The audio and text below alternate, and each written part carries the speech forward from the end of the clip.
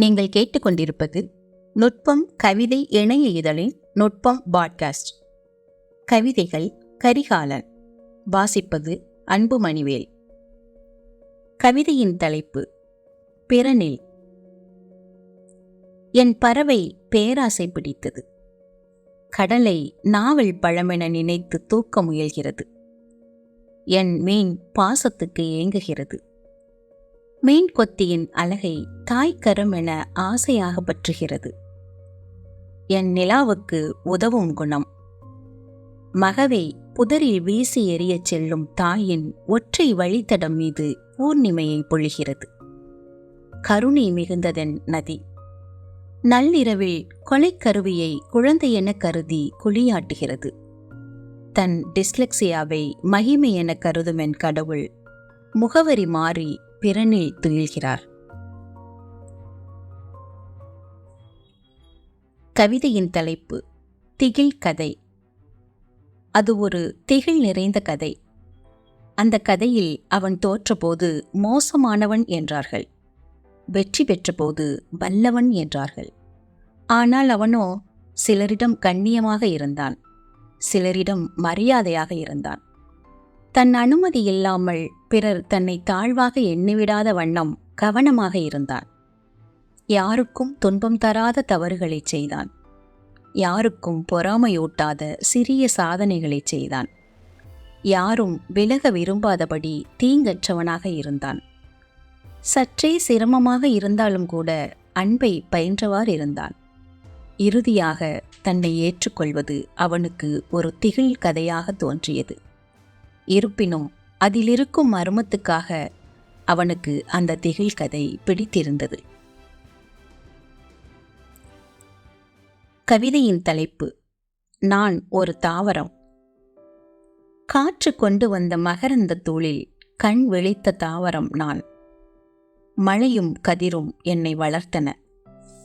சில நாடோடிகள் இவ்வழியாக பாடிச் சென்றார்கள். நான் கை தட்டினேன். காற்றில் அசைவதாக எண்ணியோ என்னவோ அலட்சியமாக கடந்தார்கள். பச்சை பசேல் என வளர்ந்திருந்த என் சிரசை ஒரு நாள் கடவுள் மிருதுவாக கோதினார்.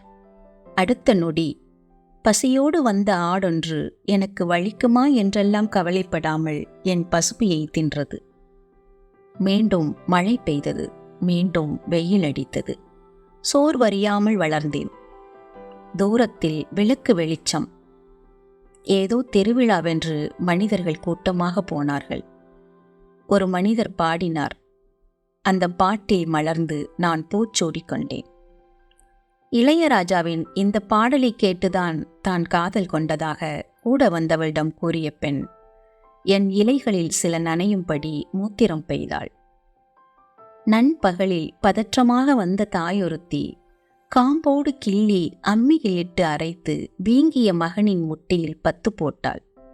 2 இலைகள் மிச்சம் இருந்தன என்னிடம். எந்த நோக்கமும் இல்லாத நடைப்பயணி ஒருவன் ஒரு இலையை பிய்த்தான்.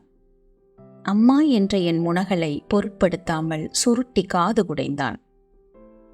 பருவத்தை தடுமாற வைத்த சூறாவளி காற்றுக்கு ஒரு நடிகையின் பெயரை மனிதர்கள் வைத்தார்கள். வில்லனோடு நடனமாடும் போது கடைசி ஆடையை அவிழ்த்து வீசுவது போல அது என் கடைசி இலையையும் சிதைத்தது.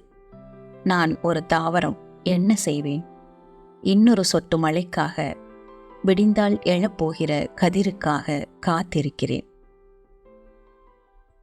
கவிதையின் தலைப்பு ரகசியம். வெள்ளி தீயாக நந்தியாவட்டை மாலையை தோளில் சூட்டி இயற்பியல் தேர்வு எழுதப் போகும் முன் 101வது ரகசியத்தை அம்மனின் காதுகளில் சொல்லிப் போகிறாள் ஒரு +2 மாணவி. சற்று நேரத்துக்கு முன் பள்ளியிலிருந்து திரும்பியிருந்த பக்கத்து வீட்டுச் சிறுவன் தனது 15வது பொய்யை அம்மாவிடம் சொல்லிக் கொண்டிருந்தான். குடும்பத் தலைவி ஒருத்தி பால்பாயின் பேனாவால் உள்பாவாடையில் 10 இலக்க எண்ணை குறித்து வைத்திருந்தாள். மதியம் ரசம் வைத்து முடித்த பிறகு 10 இலக்கத்தை அழைத்தாள். பேனாமை தீர்ந்து ஒரு இலக்கம் பாதி அழிந்திருக்க வேண்டும். யூகித்து டயல் செய்ததில் அவளது கணக்கில் ஒரு மர்மம் கூடிப்போனது. யாவரும் பார்க்கிறபடியே எல்லோருடைய கிளைகளும் பூத்துச் சொரிகின்றனதாம். ஆனாலும் வேர்கள் அப்படி இல்லை. ஈரம் இருக்கிறதே என்று பக்கத்து வீட்டு குளியலறையில் சமயங்களில் சிறிய ஓட்டையையும் போட்டுவிடுகிறது.